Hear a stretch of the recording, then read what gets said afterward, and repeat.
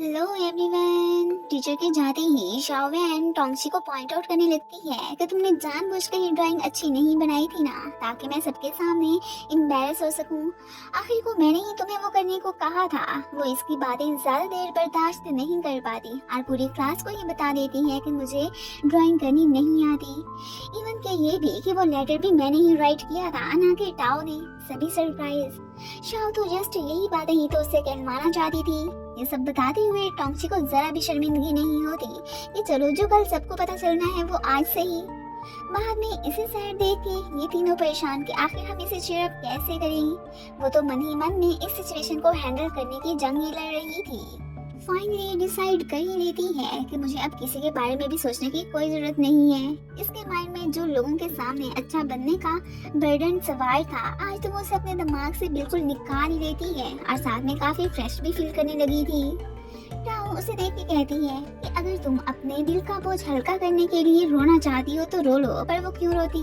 उसे tension free देख के ये भी रिलीफ फील करते हैं। अब जब मिंग को पता चलता है कि इसकी रियलिटी का लिन और टाओ दोनों को ही पता था, तो वो उनसे नाराज हो जाता है कि तुम लोगों ने मुझे क्यों नहीं बताया फिर। शाओ तो टोंगशी को लेके हंसने ही लगती है कि चलो उसके पोल तो खुले, वो बस खुद को ही सबसे बेहतर समझती थी और कोई बात नहीं।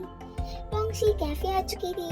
लिन उसे लेके फिक्रमंद होता है कि क्या वाकई में तुम ठीक हो, तो वो उसे खुद को लेके परेशान ना होने के लिए कहती है कि हाँ बिल्कुल। साथ में लिन से ये भी कहने लगी थी कि मैं जानती हूँ कि शाओ ने मेरे साथ वो जानबूझ के ही किया है, आखिर को उसे मुझसे दुश्मनी क्या हो सकती है। लिन उसे कहता है कि तुमसे पहले वो क्लास और स्कूल में फेमस थी, इसलिए जेलिसी में आके उसने ये सब किया होना है। पर उसे तो लिन का मामला ही लग रहा था कि मैं इसके क्लोज हूँ, तभी उसने ऐसा किया। आज के दिन हुए सारे इंसिडेंट का वो चिंगी को बता चुकी थी। वैसे लिन के बारे में और भी बताने लगती है कि पहले एक मिसअंडरस्टैंडिंग की वजह से मैं उससे हेट करने लगी थी कि आखिर को उसने मेरे भेजे लेटर्स का जवाब क्यों नहीं दिया था। बट अब वो मिसअंडरस्टैंडिंग खत्म हो चुकी है। चिंगी मीन लिन सरप्राइज में क्या इसने मुझे कोई खत भेजे थे, तो फिर मुझे क्यों नहीं पता चला। तभी इसे एडिटर की कॉल आ जाती है एंड देन वो उसे बताते हैं कि तुम अब रेडी रहना कि हम बहुत जल्दी तुम्हारा साइनिंग इवेंट अरेंज करवा रहे हैं। अब ये सुन के वो तो काफी शौक रह जाता है और साथ में अपसेट भी कि मैं अभी टोंगशी को अपनी असलियत का कैसे बता सकता हूँ। शाओवेन चाहे जितना अच्छा काम कर ले, घर में तो कोई उसे अप्रिशिएट ही नहीं करता, तो वो बहुत ही सैड हो जाती है। स्कूल में शाओ के फ्रेंड कैर तो टोंगशी पे अपना गुस्सा निकालती रहती है कि वो कितनी झूठी निकली। एक फ्रेंड उसे कहते भी है कि अब टोंगशी ऐसी भी नहीं है, पर वो तो उसके खिलाफ बोलना बिल्कुल भी बंद नहीं करती। ये बातें टोंगशी भी सुन चुकी थी। इस वक्त वो जिस प्रॉब्लम को फेस कर रही होती है, इवन की टोंगशी उसकी हेल्प करती है, लेकिन ये मैडम उसे थैंक्स तक नहीं कहती। इनकी फिजिकल क्लास का टाइम हो चुका था। सर सभी को ग्रुप बना के खेलने को कहते हैं। टोंगशी और टाओ के पास बॉल नहीं था, तो वो एक फ्रेंड से मांगती है, पर वो तो देने से मना कर देती है। तभी पिंग जो कि शाओ के ग्रुप में थी, अब इनके ग्रुप में जाने लगी थी। उनके पास एक एक्स्ट्रा बॉल जो था, ये देख के तो शाओ बहुत जेलस फील करती है। इसके बाद ये तो अपनी बैले क्लास लेने आ ही चुकी थी। टाओ बाहर सीनियर को 2 ड्रिंक्स ले जाते देखती है तो समझ जाती है कि दूसरा जरूर इसकी गर्लफ्रेंड के लिए ही होगा। ऊपर से वो आज टाओ को कोई भाव ही नहीं देता और साथ में अब तो वो ड्रामा में इसे रोल देने से भी मना ही कर देता है। तो इस बात से टाओ बहुत ही दुखी हो जाती है कि ये क्या बात हुई। ये चारों फ्रेंड्स कैफे में इकट्ठे हो ही गए थे। टोंग ने चिंगी के साइनिंग इवेंट में जाने का डिसाइड कर लिया होता है। मॉम को झूठ बोल के सिटी जाने की परमिशन भी उसने ले ही ली थी। रात को वो हमेशा की तरह चिंगी को मैसेज करना बिल्कुल भी नहीं भूलती। इसे तो अब यही लग रहा था कि जैसे वो इसका फ्रेंड ही बन चुका है। वो अगले दिन टाओ को अपने साथ सिटी चलने को बोलती है। अब पेरेंट्स की परमिशन ना होने की वजह से वो नहीं जा सकती थी। वो मिंग को भी साथ चलने को कहती है, पर वो भी मना कर देता है। अब लिन ही बचा था, पर वो उसे कोई खास रिस्पांस नहीं देता। इसने वहां जाने से पहले कुछ पोस्टर्स वगैरह भी रेडी कर ही लिए थे। लिन ऑलरेडी सिटी आ चुका था एंड वो एडिटर के साथ मिलके इवेंट में ही जाने लगता है। इधर टोंगशी ने वे के साथ जाने का डिसाइड किया था। आखिर को उसने पहले से प्रॉमिस जो किया था, गलती से ना सिर्फ अपना खाना बल्कि केचप गिरा के वे की ग्लासेस भी खराब कर बैठी थी। अब तो वे इस बात से चुनने लगता है कि इसे खाने की भी कोई तमीज नहीं है। इसके बाद हमें इवेंट का ही सीन दिखाया जाता है। वहाँ पे बाकी सबके साथ साथ ये दोनों भी आ ही चुके थे। इधर ये बहुत अपसेट होती है कि मैं टोंगशी के साथ आइडल को देखने ना जा सकी। साथ में मिंग को यूजलेस होने का ताना भी देने लगती है। अचानक फिर मिंग को एक आइडिया आता है। अंदर ये पहले तो मास्क लगा के आया था एंड देन कॉस्ट्यूम पहन के सबको देखने लगता है। तभी उसकी नजर टोंगशी पे भी पड़ ही जाती है। एक साइड पे जाते हुए धक्का लगने से टोंगशी गिरने ही वाली थी कि तब लिन ही उसे बचाता है। इस दौरान तो लिन को चोट भी लग जाती है। अब इससे पहले कि टोंगशी उसे पहचान पाती वो तो वहाँ से जाने की करता है। अब तो फिर बाहर जाने का भी वक्त हो चुका था, सो ये अपने सर पे चिकन मास्क लगा लेता है। अब सारे फैंस जो कि इसे देखने के लिए काफी एक्साइटेड थे, अब तो फिर उनकी शक्लें डल हो जाती हैं कि ये क्या। ताओ भी ये देख के शॉक ही हो रही थी। खैर अब लिन के पास इसके अलावा तो कोई चॉइस नहीं बची थी। ताओ के लिए मिंग ने बिल्कुल इसी प्लेस को ही डेकोरेट कर दिया था कि तुम मुझे चिंग ही समझ सकती हो एंड बकायदा उसे ऑटोग्राफ भी देने लगता है। वो भी खुशी हो जाती है। दूसरी तरफ चिंगी भी सारे फैंस को भुगताने में बिजी था। अब वे को भी टोंग की वजह से ही इसका ऑटोग्राफ लेना पड़ता है और साथ में फोटो भी खिंचवानी पड़ गई थी। टोंगशी की इसके बाद ही बारी आती है और वो तो इससे मिलकर बहुत ही खुश होती है और बकायदा पे इसे हक करके ही फोटो खिंचवाती है। ये देख के लिन तो स्माइल करने लगा था। अब बाद में ये लोग एक गेम खेलते हैं कि जिसके पास भी लकी नंबर निकला वो स्टेज पे आके जो भी कहेगा चिंगी वो मानने को तैयार हो जाएगा और वो तो वे का निकलता है। यहाँ पर वो चिंगी का फेस देखना चाहता था, सो मजबूरी में उसे सिर्फ उसे ही अपनी शक्ल दिखानी पड़ गई थी। वो आगे से लिन को देख के सरप्राइज। अभी टोंगशी को उसने इस बात का नहीं बताया था। ये अब बैक साइड पे चिंगी के निकलने का वेट करने लगती है। अक्सर आइडल्स इस साइड से ही निकलते हैं। इसी दौरान उसे वॉशरूम भी जाना पड़ गया था। इतने में लेन आ जाता है और वो यहाँ पर वे को अकेले देख के उसे अपनी रियलिटी का फिलहाल के लिए टोंगशी को ना ही बताने को कहता है। इसी दौरान वो भी ऊपर से आई जाती है। वह इनकी बातें तो वो नहीं सुन पाई थी। अब तो वो सैड ही हो जाती है कि कहीं चिंगी यहाँ से चला तो नहीं गया। इस आके उसने सबको ऑटोग्राफ्स भी दे दिए थे जो कि बकायदा चिंगी से इन्हीं के लिए लाई थी और साथ में कुछ स्टफ वगैरह भी। रात को टाओ के पूछने पे वो वे के बारे में ही उसे बताने लगती है कि मैं वो अर्लिन अपने फ्रेंड्स के साथ मिलकर एक रेस्टोरेंट गए थे। वहाँ भी मुझे वे का बिहेवियर बिल्कुल भी अच्छा नहीं लगा। मतलब वो मेरे लिए बिल्कुल भी सूटेबल नहीं है। बहुत ही अजीब सी हरकतें कर रहा था। लिन ने तो मेरा बहुत ख्याल रखा था। ये तो अब उसे वे को छोड़ के लिन के बारे में ही सोचने को कहती है। साथ में अपने सीनियर की भी सारी बातें उसे बता चुकी थी। अब थोड़ी देर के बाद दोनों फिर इवेंट में खिंचवाए फोटोज को ही देखने लगती हैं। क्लास में मिंग को बार बार टाओ की तरफ देखते देख के ये तो समझ ही जाता है कि इसे जरूर उससे लव हो चुका है। अब टाओ का मूड ठीक करने के लिए ये बकायदा उसे बास्केटबॉल खिलाने भी लेके जाता है। अब यहाँ पर इसके बदलते बिहेवियर को तो टाओ ने भी नोट कर ही लिया था कि इसे अचानक क्या हो गया है। पहले तो हर वक्त मुझसे लड़ता रहता था कि इसे किसी से लव तो नहीं हो गया। टाओ अपनी बैले क्लास के बाद लिन को बिना बताए उसके घर आ चुकी थी। जैसे ही वो डोर ओपन करती है लिन उसे देख के सरप्राइज। अब वहाँ पे पड़े पेजेस को देख के वो तो एकदम शॉक ही रह जाती है कि क्या तुम ही चिंगी हो। अब आगे से लिन भी वैसे कह देता है। आखिर को वो ये सच कब तक उससे छुपा सकता था। अब इससे पहले कि ये उसे कुछ एक्सप्लेन करता वो तो वहाँ से जाने की करती है। घर आके टोंगशी बहुत ही अपसेट होती है कि आखिर लिन ने मुझसे इतनी बड़ी बात क्यों छुपाई। मुझे मशवरे देता रहा कि तुम अपने सेल्फ को ओरिजिनल रखो और खुद को देखो, अपना आप एक्सपोज ना कर सका। और मैं ऐसे ही उसे उल्टे सीधे मैसेज भी सेंड करती रही। अभी वो फिर से उसकी शक्ल ना ही देखने का डिसाइड करती है।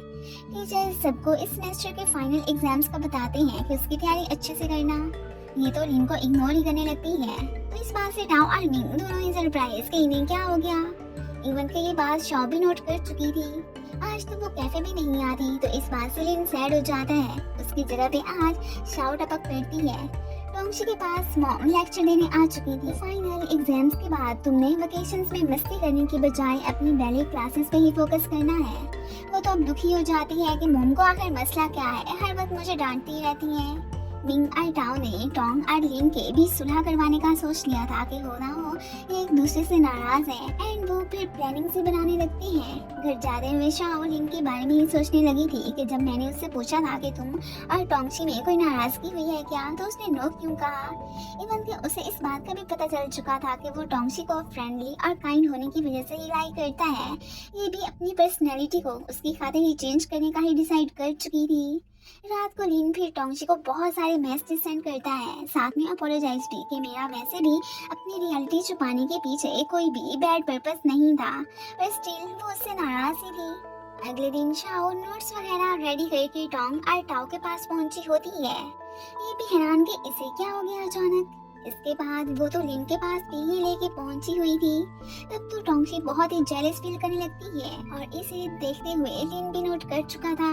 क्लास में भी ये उसे चिट्ठियां भी लिखता रहता है। वो ये देख के स्माइल तो करने लगी थी, पर मजीद वो उसे ये सब भेजने से रोकती है कि वरना मैंने टीचर को बता देना है। क्लास खत्म होते ही टाओ अपने पेट में दर्द होने का बहाना बना के अपने काम इसे सौंपती वहाँ से चली जाती है। और मिंग भी लिन के साथ कुछ ऐसा ही करता है। वो इन्हें अकेले में बात करने का कुछ टाइम लेना चाहते थे। इसके बाद इनके रूम को भी लॉक लगा देते हैं। साथ में इतने ज्यादा एक्साइटेड थे कि मिंग गलती से कीज़ फेंक बैठता है। बहुत ढूंढने के बाद भी वो तो जब उन्हें नहीं मिलती तो ये अब स्पेयर कीज़ लेने मिंग नामी क्लासमेट के पास ही जाने का सोचते हैं। लिन को इससे सॉरी बोलने का मौका मिल गया था। साथ में उसे एक्सप्लेन भी करने लगता है कि मुझे तुमसे बात करके अच्छा लग रहा था, तभी मैंने कुछ नहीं बताया। वैसे भी सिर्फ तुम ही उस बात से अनजान नहीं थी, बल्कि टाओ और मिंग को भी इस बात का कोई भी नहीं पता। मिंग को साइकिल चलानी नहीं आती थी। टाओ को ही उसे अपने पीछे बिठा के जाना पड़ता है। बहुत माफी मांगने के बाद ही वो फिर उससे अपनी नाराजगी खत्म करती है। डोर से ना सही ये विंडो से जाने का आइडिया उसे देता है। साथ में लिन को मिंग की गई इस सारी शरारत का भी पता था। इस बारे में जब वो टॉम को बताता है तो अब उस पर गुस्सा करने लगती है कि तुमने इस बारे में मुझे पहले क्यों नहीं बताया था। मिंग और टाओ लिन से मिलने के बाद अब बाहर टाइम स्पेंड करने आ चुके थे। इधर ये शू भी इसे देख के टपक पड़ता है। अब की बार टाओ भी उसकी टक्कर का ही उसे जवाब देती है। तो मिंग तो शू के सामने ही उसे अप्रिशिएट करने लगा था कि बहुत अच्छी बात। शू साहब अपना समूह लेके फिर वहाँ से चला जाता है। लिन तो अपनी कॉमिक में अब से अपनी और टोंगशी की फ्रेंडशिप के बारे में ही राइट करने का सोचता है। और उसने जब इस बारे में टोंग को बताया था तो उसे भी ये आइडिया काफी पसंद आया था और वो तो इस बात से स्माइल भी करने लगती है। अगले दिन दोनों ही स्कूल जाते हैं। शाहवैन तो एग्जाम्स की तैयारी में इनकी बड़ी हेल्प करती है। फाइनली इनका लास्ट पेपर भी खत्म हो ही जाता है। अब तो समर भी आ ही चुका होता है तो टीचर समर वेकेशन की अनाउंसमेंट कर देते हैं। सभी स्टूडेंट्स बहुत ही खुश हो गए थे और खुशी के मारे एक दूसरे को हग भी करने लगते हैं। टीचर तो जस्ट इन्हें देख देख के ही स्माइल करने लगे थे। इन तीनों की तो छुट्टियों में मौजें थी सिवाय टोंगशी के। उस बेचारी को अपनी बैले क्लासेस जो ज्वाइन करनी थी, ये तो फिर उसके लिए काफी बैड भी फील करते हैं। अभी भी इसे मॉम से डांट पड़ते देख ही चुके थे। शो की फ्रेंड अपनी मॉम के साथ रेस्टोरेंट जाने वाली थी। वो इसे भी अपने साथ चलने को कहती है पर ये मना कर देती है। साथ में मन में सैड भी होती है कि सभी के पेरेंट्स उनसे कितना लव करते हैं सिवाय मेरे मॉम डैड के। पता नहीं आखिर उन्हें मुझसे मसला क्या है। लिन ने तो अपनी न्यू कॉमिक के चैप्टर पे वर्क करना स्टार्ट कर दिया था। वो अपनी छुट्टियां तो ऐसे ही गुजार रहा होता है। आज भी उसके पेरेंट्स इसके लिए खाना भेजने के साथ साथ मनी भी दे के जाते हैं। ये उनसे फिर भी नहीं मिलता। हमें इतना तो पता चल जाता है कि वो इसके स्टेप पेरेंट्स ही हैं, जिनके लिए मनी तो आज तक लिन ने खर्च नहीं की थी। वो बस अपने कमाए पैसे ही खुद पे खर्च करता आया है। से मिलने शो आया था कि तुम ड्रामा क्लब ज्वाइन कर लो। हम बहुत जल्द ही आर्ट फेस्टिवल में पार्टिसिपेट करने वाले हैं। तुम बैक स्टेज का काम आके संभाल सकती हो। अब जिस मुंह से उसने उसे मना किया था उसी मुंह से ही वो इसे आने को कह रहा था। अब वो इतनी सिंसियरिटी के साथ कह रहा होता है कि मजबूरी में टाओ को भी उसकी बात माननी ही पड़ गई थी। रात को टाओ ने इस सब का टोंगशी को भी बता दिया था। वो बेचारी इतनी थकी हुई होती है कि इससे बातें करते करते ही सो जाती है। इसकी बैले क्लासेस की ट्रेनिंग तो काफी ही स्ट्रिक्ट जा रही थी। मॉम से इसे फिर से डांट पड़ जाती है कि तुम अपना वेट क्यों बढ़ाती जा रही हो, तुम्हें इन सब चीजों का ख्याल रखना चाहिए। ऊपर से आर्ट फेस्टिवल में परफॉर्म करने के लिए इन्होंने तो इसका नाम भी रजिस्टर करवा दिया था। लिन ने तो टोंगशी की बर्थडे पर स्पेशल खुद ही केक बनाने का सोचा था। डैड तो ये देख के खुश होने लगते हैं कि तुमसे जो भी लड़की शादी करेगी ना वो बहुत ही लकी होगी। खैर अभी तो वो टोंगशी को ही मिस करने लगते हैं कि इतने दिन हो गए हैं उससे बात ही नहीं हो पा रही। अब हमें पता चलता है कि असल में टोंगशी की मॉम को ही बैले डांस का जुनून था। अपनी इंजरी की वजह से वो अपना ये ड्रीम तो पूरा नहीं कर पाई, बट टोंगशी को जरूर इस सब के लिए फोर्स करने पे मजबूर हो गई थी। लिन इसे कल रेडी रहने का मैसेज भी कर देता है। इसने भी बैले क्लास स्किप करने का डिसाइड कर लिया था। लिन तो फिर सुबह ही सुबह बड़ा रेडी होके इसे लेने पहुंचा ही हुआ था। पहले तो सभी फ्रेंड्स मस्ती करने अम्यूजमेंट पार्क जाते हैं, जहाँ पे वो बहुत ही क्वालिटी टाइम स्पेंड करते हैं। टीचर इधर परेशान थे आज टोंगशी क्यों नहीं आई, एंड फिर उसकी मॉम को कॉल करके इस सारी बात का बता देते हैं। इधर इन्हें भी उसकी क्लास स्किप करने का पता चल चुका था। उसका मूड खराब देख के ये पीर उसे फ्रेश करने के लिए गेम खेलने का ही सोचती है। अब इसे अकेली देख के लिन भी इसका हौसला बढ़ाने आता है कि अगर मॉम तुम्हें अपना ड्रीम पूरा करवाने के लिए फोर्स कर रही है तो एक दफा उनका ये काम कर ही दो। बस अपने दिमाग में उसका बर्डन डालने की बजाय इसलिए सोचो पॉजिटिव रहोगी, ये परेशानी तुम्हारी बाकी ही नहीं बचनी। वो तो लिन की बात को समझ जाती है। ये दोनों छुपे बैठे होते हैं कि कब लिन और टोंगशी उन्हें ढूंढने आएंगे। जब मिंग को पता चलता है कि इसने ड्रामा क्लब ज्वाइन कर लिया है तो वो उससे नाराज होकर जाने लगता है कि तुम्हें फिर से शो की बात मानने की क्या जरूरत पड़ गई। वापसी में इनकी नोक-झोंक तो चलती रहती है। टोंग और लिन को तो पता चल चुका था कि इनके बीच जरूर कुछ हुआ है, इसलिए तो ये यूं रिएक्ट कर रही हैं। फाइनली टोंगशी को इन्होंने बर्थडे सरप्राइज दे दिया था तो वो बहुत ही खुश होती है। सभी उसे अपना नया गिफ्ट देते हैं। डैड भी इनके साथ मिलके ही चीयर्स करने लगे थे। बाद में अकेले में ही लिन ने अपने गिफ्ट्स टोंगशी को दे दिए थे। दोनों साथ में काफी क्यूट एंड खुश भी लग रहे होते हैं। टोंगशी की ये खुशी तो जस्ट टेम्परेरी ही थी। घर आके तो इसे मॉम से अच्छी खासी बातें सुनने को मिलती हैं। तो वो अपसेट हो जाती है कि इन्हें तो अपनी बेटी की खुशी का जरा भी ख्याल नहीं है। चलो कम से कम बंदा विश कर देता है अगर गिफ्ट नहीं दे रहा होता। अगले दिन कैफे में लिन को अकेले काम करते देख के शाओ तो फिर उसकी हेल्प भी करने लगती है। अब तो वो काफी अच्छी बन गई थी। इधर ये बैले क्लास अटेंड करने आ चुकी थी। अब यहाँ पर टीचर से उसे पता चलता है कि मॉम इसी की वजह से ही अपनी सिटी में जॉब छोड़ के यहाँ पे आई हैं ताकि वो एक अच्छे टीचर के पास ये सब कुछ सीख सके। साथ में वे टोंगशी को गिफ्ट भी देते हैं कि ये तुम्हारी मॉम ने कल ही यहाँ पे भेजा था पर तुम तो आई ही नहीं। अब वो थोड़ी शर्मिंदा होने लगती है कि मुझे मॉम के बारे में उल्टा सीधा नहीं सोचना चाहिए था। चाहे वो शो ना ही करवाती बट उससे बहुत ही लव करती थी। टोंगशी के आते ही शाओ तो अब फिर वहाँ से चली जाती है। इसके बाद वो मॉम का दिया गिफ्ट लिन को ही दिखाने लगी थी। अब टोंग हर हाल में आर्ट फेस्टिवल में अच्छे से परफॉर्म करने का डिसाइड करती है कि मैं मॉम को अब कभी भी निराश नहीं कर सकती हूँ। एक लड़की की तबीयत खराब हो जाती है तो शो उसकी जगह टाओ को ही रोल प्ले करने को कहता है। टोंग ने भी अपनी परफॉर्मेंस देनी थी। पहले टाओ उसे तसल्लियां देने लगती है कि तुम जरा भी टेंशन मत लेना। इसके बाद खुद स्टेज पे आ जाती है। वो तो अपना किरदार बहुत अच्छे से निभाती है। सारे जजेस को उसकी एक्टिंग बहुत ही पसंद आई थी। इवन की उसकी परफॉर्मेंस देख के ये तीनों भी इमोशनली हो जाते हैं कि हमने नहीं सोचा था कि ये इतनी टैलेंटेड भी हो सकती है। टाओ को जब पता चलता है कि सीनियर तो जस्ट अपनी गर्लफ्रेंड को प्रोवोक करने के चक्कर में इसे यूज कर रहा था तो वो बहुत अपसेट हो जाती है कि मुझे इसे ये उम्मीद नहीं थी, ऐसा भला कौन करता है। एंड सबके सामने ही उस पर गुस्सा करने लगती है। ऊपर से टोंगशी और लिन जो कि इसकी आवाजें सुन के आए थे उन्हें भी सीनियर की गई उस पर ज्यादा का पता चल चुका था। लिन तो उसे आइंदा अपनी फ्रेंड से दूर रहने को ही कहता है। ये तो बहुत इमोशनल ही हो गई थी। अब जब मिंग को इस बात का पता चलता है तो उसे इसके लिए काफी बुरा लगता है।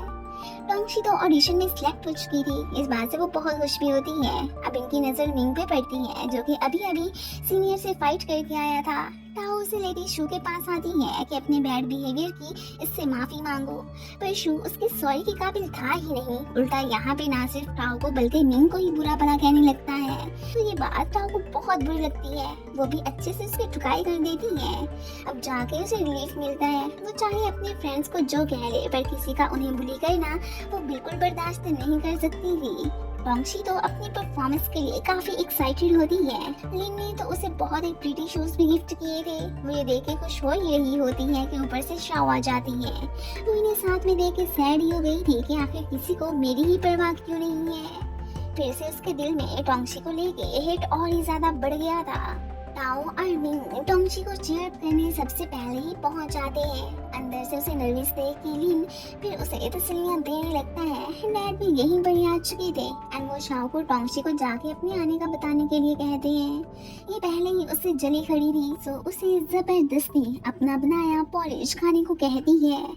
तभी अचानक वो तो फिर उसके शूज पे ही गिरा बैठी थी। इस बात से टोंगशी अपसेट कि अब मैं क्या करूंगी, क्या पहन के स्टेज पे जाऊंगी। कुछ गड़बड़ी हुई तो मॉम मुझसे नाराज ही हो जाएंगी। एक इमरजेंसी कॉल आने पे डैड तो वहाँ से चले गए थे। टोंगशी अब लिन के लिए शूज ही पहन के जाती है, पर वो अंदर से काफी हार्ड थे, इसलिए उसे परफॉर्म करने में बड़ी मुश्किल होती है। एंड फिर तो वो तो गिर के अपने पाँव पे मोची लगवा बैठती है, फिर भी हार नहीं मानती और शूज उतार के ही अपना बेस्ट देती है। ये सब करने से उसके पाँव तो और ही ज्यादा जख्मी हो जाते हैं। लिन फौरन से उसकी हेल्प करने आ चुका था एंड फिर उसे सबके सामने उठा के ही वहाँ से जाने लगता है। और ये देख के शाओ की शक्ल देखने वाली थी कि मेरा प्लान फिर से नाकाम कैसे हो सकता है। पट्टियाँ वगैरह करवाने के बाद वो उसे उठा के ही ले जाने लगा था। इसे मॉम को लेके टेंशन तो थी कि पता नहीं वो क्या सोचेंगी मेरे बारे में। तभी अचानक इन्हें डैड की कॉल आती है। मॉम हॉस्पिटल एडमिट हो चुकी थी। इवन की टोंगशी ने अपनी अच्छी परफॉर्मेंस दी थी, फिर भी चोट लगवाने पे उसे इनसे अच्छी खासी डांट भी पड़ जाती है। अब यहाँ पे टोंगशी इमोशनल हो जाती है कि आपको मेरी कोई परवाह नहीं है, बस अपने बैले डांस पे ही आपका ज्यादा फोकस है और उसी के बारे में ही सोचती रहती हैं। एंड उन पे गुस्सा करती वहाँ से जाने की करती है। डैड लिन को कॉल करके टोंगशी को ढूंढने जाने के लिए कहते हैं। उसका तो कोई और ठिकाना नहीं था, सो वो लिन को देखने उसकी प्लेस पे ही आ जाती है। इतने में उसकी भी एंट्री हो ही चुकी थी। मॉम को अब टोंगशी की फिक्र तो होने लगती है, साथ में शर्मिंदा भी हो रही थी कि मुझे उसे यूं नहीं डांटना चाहिए था। टोंगशी और लिन दोनों टाइम स्पेंड करने बीच पे आ जाते हैं। ये तो आज मॉम के बिहेवियर से बहुत ही दुखी हो गई थी। अगले दिन डैड खुद माँ बेटी के लिए ब्रेकफास्ट बना के पहुंचे होते हैं। टोंगशी ने मॉम का घर छोड़ के डैड के पास जाने का डिसाइड कर लिया था कि मैं कुछ दिन आराम से वहाँ गुजारना चाहती हूँ। मॉम भी नहीं मना करती। बैले डांस से तो वो क्विट करने का फैसला कर चुकी थी। अब वो जी भर के डैड के घर में खाना भी खाती है कि शुक्र है मॉम तो इधर बातें सुनाने वाली नहीं है। टीचर से बात करने के लिए मॉम ने उन्हें बुलवाया था। वो भी टोंगशी को अब मजीद फोर्स ना ही करने का सोचती हैं कि जो वो करना चाहती है करने देती हूँ। उसके जाने के बाद से वो तो उसे बहुत ही मिस भी करती है। इसी वजह से उन्होंने टोंगशी को ये फ्रीडम दे दिया था कि वो अपना फ्यूचर खुद ही चूज कर ले। इसके रूम से भी अपनी रखी गई चीजें समेटने लगती हैं। डैड की प्लेस पे ये चारों मस्ती करने आ चुके थे। अचानक टोंगशी को मॉम का मैसेज मिलता है कि तुम घर आ जाओ। अब मजीद तुम्हें बैले क्लासेस ज्वाइन करने की भी कोई जरूरत नहीं है। वो तो ये देख के बहुत खुश हो जाती है एंड चारों ही चीयर्स करने लगे थे। डैड ने मॉम के लिए खुद खाना बना के पैक भी कर दिया था। इतने अरसे बाद टोंगशी को घर पे देख के वो तो बहुत ही खुश होती है। अब तो उसकी चोट पे ठीक हो ही चुकी थी। ये डैड का दिया खाना उन्हें देने लगती है। अगले दिन फिर से लिन के लिए मॉम डैड ने खाना भिजवाया था। हमेशा की तरह उसका रिएक्शन बिल्कुल सेम ही होता है। बहुत सोचने के बाद भी टोंगशी अपनी ड्रीम का ही सोच नहीं पा रही थी कि आखिर मैं क्या बनना चाहती हूँ। अचानक वे इसे मैसेज करके लिन का नंबर मांगता है। ये हैरान कि इससे क्या हो गया। कैफे में टोंगशी एक शाओ पे नामी पर्सन की पोस्ट्स वगैरह देखने लगती है, जिसमें चिंगी को इमिटेट करने के लिए ही उसने ड्राइंग्स बना के सोशल मीडिया पे डाली थी। अब लिन को भी वे ही कॉल आ जाती है जो मिलने के लिए इसे सिटी बुलाता है। ये हैरान की क्या बात हो सकती है। बाद में मिंग अपनी क्लासमेट का फोन छीनते जब थीफ को देखता है तो उसकी हेल्प करने लगता है। तब वो इतना ज्यादा कूल लग रहा था कि पिंक को तो इससे फर्स्ट साइट लव ही हो जाता है। लिन ने अपने साथ टोंगशी को सिटी चलने को कहा था। वे के कहने पे ही वो एक बच्चे को हॉस्पिटल देखने आ गया होता है। आगे कोई और नहीं बल्कि वही शाओ बे था जो कि इसको इमिटेट करने के लिए ड्राइंग्स बना के पोस्ट किया करता था। एक्चुअली में ये इसका बहुत बड़ा फैन होता है। ये यहाँ पे टोंगशी को खुद को कुछ सिखाने के लिए भी कहता है। वो तो इसे बैले डांस ही सिखाने लगती है। मिंग को देखने पिंग अपनी फ्रेंड के साथ उसकी प्लेस पे आ चुकी थी। अब यहाँ पे टाओ भी होती है। ये देख के वो बहुत जेलस फील करने लगती है कि ये उसके पीछे आखिर क्यों पड़ गई है। टोंगशी परेशान कि मैं शाओ बे को कुछ और भी तो सिखा सकती थी, फिर बैले डांस का क्यों ख्याल आया। इन्हें घर जाते टाइम बहुत लेट हो चुकी होती है। वो लिन के शोल्डर पे ही सो गई थी एंड उठते ही सरप्राइज होके वहाँ से जाने की करती है। मॉम और टोंगशी की अब काफी अंडरस्टैंडिंग हो चुकी थी। इस बात से वो बहुत खुश होती है। अगले दिन लिन इसके लिए लाइन में लग के खाना लाता है तो ये देख के अब ये स्माइल ही करने लगती है। टीचर ने कम्युनिटी डे का सबको बता दिया था जो कि स्पेशल पुअर स्टूडेंट्स के लिए अरेंज किया जाता है। सर तो क्लास में पुअर बच्चों को अलाउंस एप्लीकेशन फॉर्म ऑफिस से ले जाने का भी कह देते हैं। इन चारों ने कम्युनिटी डे वाले दिन बाकी बच्चों के साथ मिलके बीच पे जाने का डिसाइड कर लिया था। डैड ने शाओ को वो फॉर्म ऑफिस से लाने का कह दिया होता है कि चलो इस तरह हमें कुछ मनी तो मिल जाएगी, पर उसका कोई इरादा नहीं था। लेकिन फिर भी क्या कर सकती थी, उसे बोले जाते हुए गलती से लिन भी देख लेता है। वो तो ऑलरेडी शाओ के घर के हालात से वाकिफ था। साथ में टोंगसी भी नहीं देख लेती है। वो इस बारे में लिन से पूछने लगती है, पर वो आगे से कुछ नहीं बताता। शाओ ने अपनी पॉवर्टी का क्लास में किसी को भी नहीं बताया था, इसलिए वो तो फॉर्म सबमिट करवाने का सोच सोच के काफी एम्बैरेस फील कर रही होती है कि अगर किसी को मेरी रियलिटी का पता चल गया तो फिर क्या होगा। डैड अगले दिन खुद ही स्कूल पहुंचे होते हैं। उन्हें तो यहाँ पे लिन भी देख चुका था। इसके सामने शाओ इमोशनल हो जाती है कि अब आखिर मैं क्या करूं, तुम ही बताओ। वो तो उसे तसल्ली देने के अलावा तो कुछ कर ही नहीं सकता था। कैफे में जब टोंगसी की नजर उस पर पड़ती है तो वो लिन पे गुस्सा करती वहां से चली जाती है। लिन ने ग्रुप में मैसेज करके शाओ को बीच में भी इनवाइट कर लिया था, तो ये देख के तो टोंगसी और ही ज्यादा चिढ़ जाती है। लिन अब शाओ का सीक्रेट इसके सामने तो एक्सपोज नहीं कर सकता था, इसी वजह से काफी परेशान भी होता है कि उसे कैसे एक्सप्लेन करूंगा।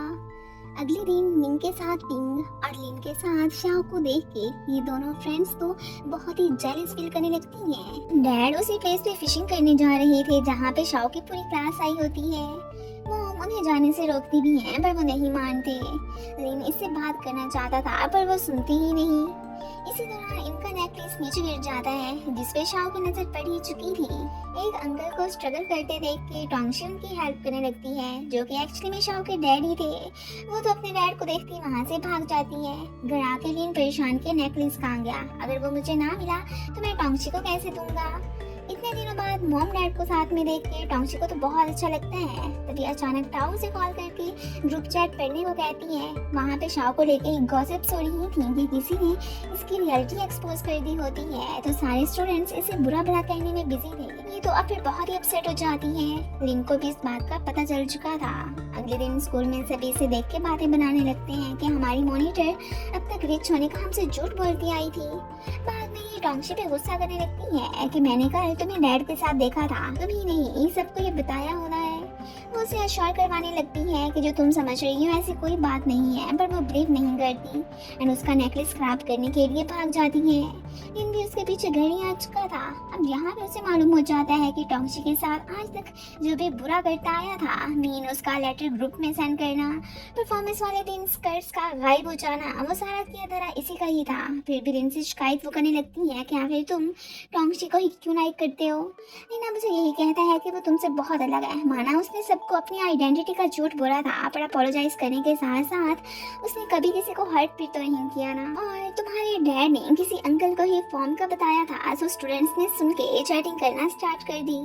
वो काम टोंगसी का नहीं था, वो तो इसे अपना नेकलेस भी ले लेता है। अब बाद में इसे बारिश में भीगता देख के वो छाता लेके पहुंच जाती है। अब तो वो लिन से बिल्कुल भी नाराज नहीं थी, इसने शाओ से जस्ट अपनी फ्रेंडशिप का फर्ज निभाया है। अब लिन टोंगसी को नेकलेस भी पकड़ा देता है। घर पे मॉम इसे देख के शॉक के, लिन तुम कितने बड़े और हैंडसम भी हो गए हो।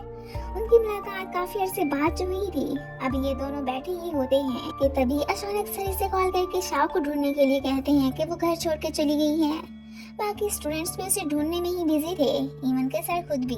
टोंगसी तो यहाँ पर इसे शाओ को कॉल करके उसकी प्लेस का पूछने के लिए कहती है कि वो जरूर तुम्हारा फोन उठा लेगी। ये अब उसे लेने पहुंच आए थे। अब यहाँ पे टोंगसी ने लिन को भेज दिया था। ये अब उस पर गुस्सा करने लगती है कि यहाँ पे अब तुम क्या करने आई हो, तुम्हारी लाइफ तो एकदम परफेक्ट है ना, मेरी टेंशन्स का तुम्हें क्या पता। ये अब उसे यही कहने लगी थी कि तुम मेरे बारे में जैसा सोच रही हो ऐसा कुछ नहीं है, लेकिन फिर भी दोनों में फाइट स्टार्ट हो जाती है। इधर ये तो यही समझ रहे थे कि वो एजुकेटेड और अच्छी गर्ल्स हैं, आपस में फाइट तो बिल्कुल नहीं करेंगी, और इनका तो लड़ लड़ के बुरा हाल हो जाता है। आखिरकार ये थक गई थी।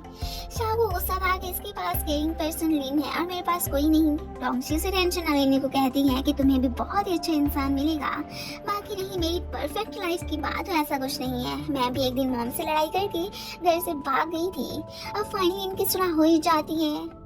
अब जब ये तीनों इनके उड़े बाल देखते हैं तो फिर उनकी शक्लें देखने वाली थी। खैर शाओ ने अभी भी घर जाने का नहीं सोचा था। मॉम खुद ही उसे लेने पहुंच आती हैं। अब साथ में उसके लिए काफी फिक्रमंद भी दिखाई दे रही थी। अब तो फिर शाओ बहुत सोच समझ के उनके साथ चली ही जाती है। अगले दिन टीचर फ्यूचर के लिए सबको बेस्ट ऑफ लक कहते हैं, क्योंकि न्यू सेमेस्टर में सभी डिफरेंट स्ट्रीम्स चूज करके आर्ट क्लासेस में जो जाने वाले थे।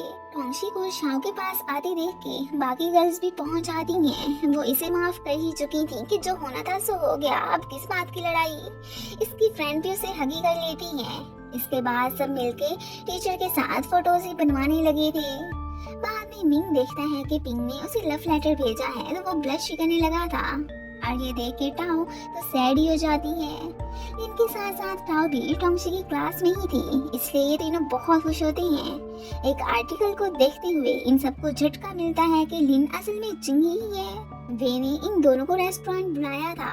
लिन को देख के उसके फैंस पे इकट्ठे ही हो जाते हैं और इसे देख के ये दोनों सरप्राइज। इधर टाओ खुश के मेरा आइडल मेरा फ्रेंड ही निकला, मैंने तो ये कभी सोचा ही नहीं था। लिन का ये आर्टिकल उसके फर्स्टर पेरेंट्स भी देखते हैं और वो हैरान कि आखिर उसने हमसे इतनी बड़ी बात क्यों छुपाई।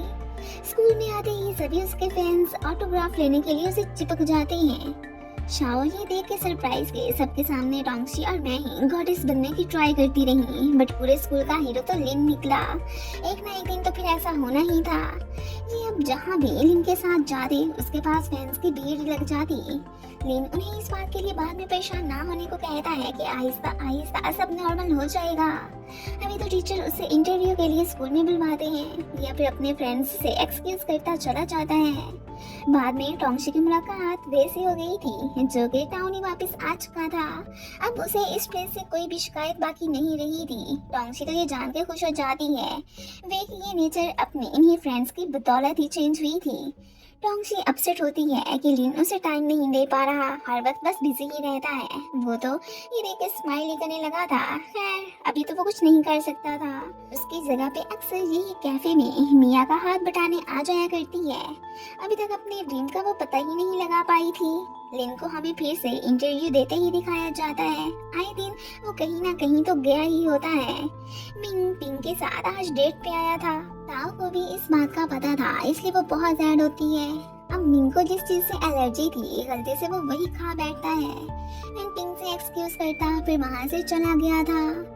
लिन की बायोलॉजिकल मॉम की उससे मुलाकात फाइनली हो ही चुकी थी। जब ये बहुत छोटा था तब अपनी खुशियों की खातिर वो इसे छोड़ के चली गई और अब कहती थी कि मेरा बेटा मुझे अच्छे से ट्रीट करे। वो उसे अब्रॉड स्टडी करने भेजने को तैयार थी, पर ये बिना रिस्पॉन्स दिए वहाँ से चला जाना ही बेहतर समझता है। इसे कैफे में परेशान देख के टोंगशी कह ही देती है कि अगर तुम मिंग को लाइक करती हो तो उसे बता ही दो, इसमें छुपाने वाली बात क्या है।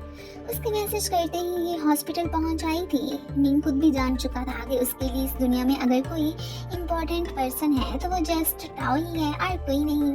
आखिर को वो उसकी इतनी केयर जो करती है। मॉम को ओवर टाइम वर्क करते देख के टोंगशी ने उनकी हेल्प करने का डिसाइड कर लिया था। लिन से मिलने वे आया था। वो इसे शाओ बे की ड्राइंग दिखाता है जो कि स्पेशलिस्ट ने इसे देख के यही कह के भेजा था कि ये सिस्टर टोंगशी और लिन को जरूर दे देना। टोंगशी मॉम की जगह फोटोग्राफी करने आ चुकी थी। खुद भी ज्यादा खुद पे कंट्रोल नहीं कर पा रही, इनके साथ ही बैले डांस करना स्टार्ट कर देती है। मॉम जब ये वीडियो देखती हैं तो सरप्राइज रह जाती हैं। लिन ने बे की भेजी ड्राइंग टोंगशी को दिखा दी थी। वो तो ये देख के स्माइल करने लगती है। मॉम को इसने बता दिया था कि मैं फिर से बैले डांस की क्लासेस ज्वाइन करना चाहती हूँ। वो तो खुशी हो जाती है कि हाँ बिल्कुल, अब से तो इसका ड्रीम मॉम के वाला ही बन चुका था। दूसरी तरफ घर पे लिन को मॉम फिर से मैसेज करके कहती है कि जो मैंने तुम्हें सजेशन दी थी प्लीज उस पर एक दफा तो गौर करना। ये कंफ्यूज के अब क्या करूँ। सीनियर भी ये शाओ की स्टडीज में हेल्प करने का सोचता है और उसकी ये ऑफर इसने एक्सेप्ट कर ही ली थी। इन दोनों को साथ में टाओ और टोंगशी दोनों ही देख चुकी होती है। जब भी पिंग इसके पास आती है टाओ फौरन से उठ के साइड पे चला जाया करती है। इस दफा पेरेंट्स टीचर मीटिंग में शाओ ने मॉम डैड को लाने का फैसला कर लिया था कि उन्हें भी पता चले कि आखिर उनकी बेटी इतनी टैलेंटेड है। लिन ने भी फोस्टर पेरेंट्स को कॉल करके स्कूल आने का कह दिया था। डैड थोड़े से परेशान तो होते हैं कि इसकी मॉम भी कल स्कूल आने वाली है।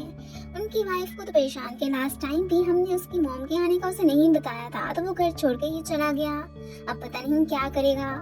अगले दिन टाओ जानबूझ के लिन को बाहर जाने के लिए कह देती है कि अपनी मदर इन लॉ का वेलकम करो, हो सकता है वो तुमसे इम्प्रेस हो ही जाए। वो भी चला ही जाता है। बट बाहर तो उसकी नजर फिर अपनी मॉम पे पड़ जाती है। ये उनसे नाराज के आप यहाँ पे क्या करने आई हैं? वो इसके ट्रांसफर की बात करने उसके टीचर के पास आई थी। ये तो गुस्से में फिर वहाँ से चला जाता है।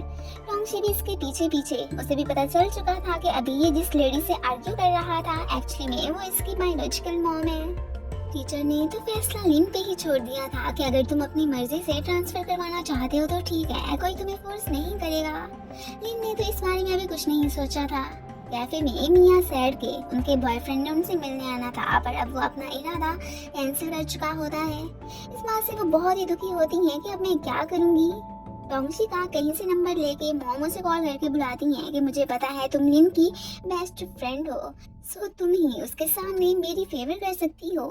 अगर तब मुझे अपने वर्क की मजबूरियां ना होती तो मैं उसे कभी भी अकेला ना छोड़ती। मैं तो अपने पास्ट में की गई इस मिस्टेक पे बहुत ही पछता रही हूँ। टोंगशी अपनी मॉम का सोचने लगती है कि इन्होंने भी तो जॉब से टाइम निकाल कर मुझे पाला, अब से तो वो इन्हें मजीद तंग ना ही करने का डिसाइड कर चुकी थी। मॉम भी हैरान कि इससे क्या हो गया।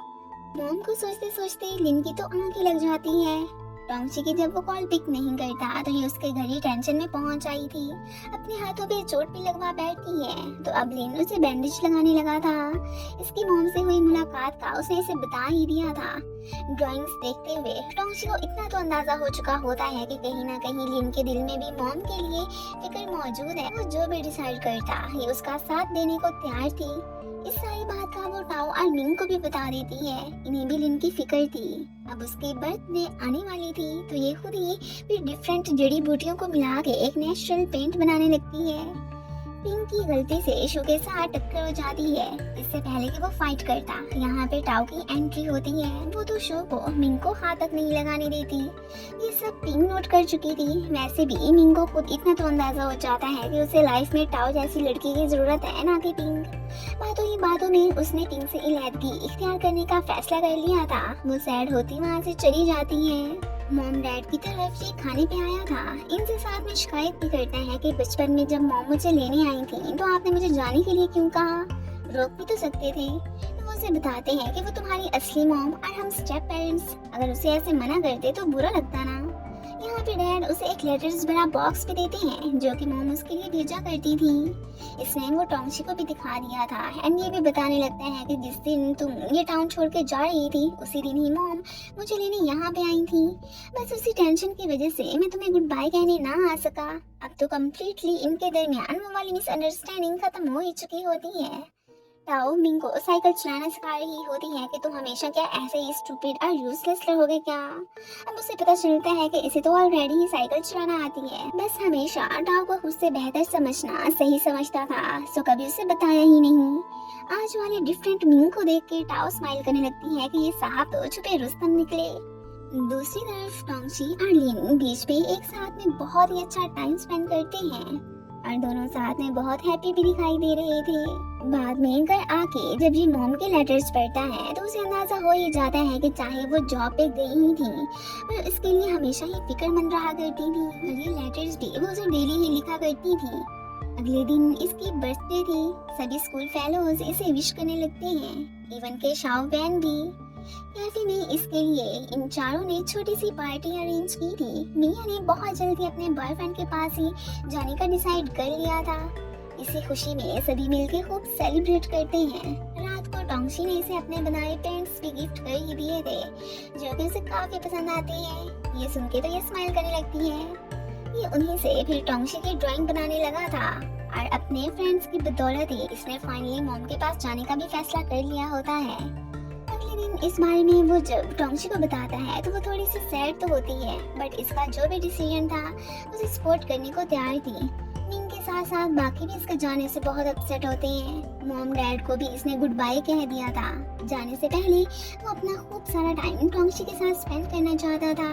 वो उसे उसकी बनाई ड्राइंग भी गिफ्ट करता है। वैसे भी लौट के आना तो उसने इसी टाउन में ही था, इसलिए जाने से ज्यादा परेशान नहीं होता।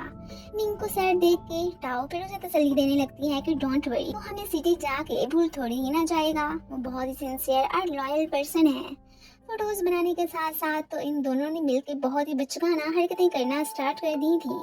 एक हाथ से तो पिटने से बड़ी मुश्किल से बचते हैं। लिन ने टोंगशी से जाने से पहले अपना लव भी कन्फेस कर लिया था क्योंकि बाद में वो किसी भी बात का पछतावा नहीं रखना चाहता था। टोंगशी के दिल में तो वो ऑलरेडी ही समाया हुआ था। पहले तो ये उसे गुड बाय कहने ना जाने का फैसला करती है, बट अचानक मिंग से लिफ्ट लेके फिर एयरपोर्ट पहुंची होती है। वो भी अभी तक वहां से गया ही नहीं था। यहाँ पे उसे खुद को लेटर राइट करने के लिए कहता है और खुद पे यही काम करता है। दोनों यहाँ से जाने के बाद ही ये खत पढ़ने का ही डिसाइड कर चुके थे। लिंग तो फाइनली फिर चला ही गया था। मिंग की तो अपने दोस्त से बिछड़ने के बाद हालत ही खराब होती है। टाओ फिर उसे तसल्ली देने लगती है। आहिस्ता आहिस्ता दिन गुजरते जाते हैं। टोंगशी को उसके आने का ही वेट था। लिन को वो लेटर भी लिखती ही रहती है। टाओ ने शू के कहने पे ड्रामा क्लब फिर से ज्वाइन कर लिया था। वे भी सिटी वापस चला जाता है। मिया अपने बॉयफ्रेंड के साथ खुश थी। शाओ भी इनकी फ्रेंड ही बन गई होती है। टोंगशी के मॉम डैड का भी फाइनली पैचअप हो चुका था। टोंगशी ने जो ऑडिशन दिया था उसमें वो सिलेक्ट हो जाती है। उसने भी अपना पैशन पहचान लिया होता है। रात को अचानक लिंग के रूम की लाइट ऑन देख के ये हैरान कि कहीं थीफ तो नहीं घुस आया, बट वो तो लिंग था। टोंगशी उसे देख के बहुत ही सरप्राइज होती है और यही शौक तो उसे देना चाहता था।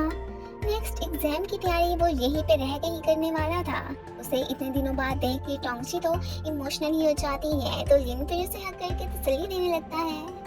दोनों को एक ही यूनिवर्सिटी में एडमिशन मिल चुका था। इस बात से वो बहुत ही खुश होती हैं। मिंग ने टाओ से अपना लव कन्फेस कर लिया था। दोनों ही बहुत ही क्यूट सा कपल बन चुके होते हैं। शाओ और वे भी अच्छी यूनिवर्सिटी में ही गए थे।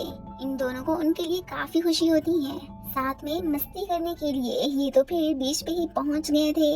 एंड इसी के साथ ही इस ड्रामे की एंडिंग हो जाती है। Thanks for watching.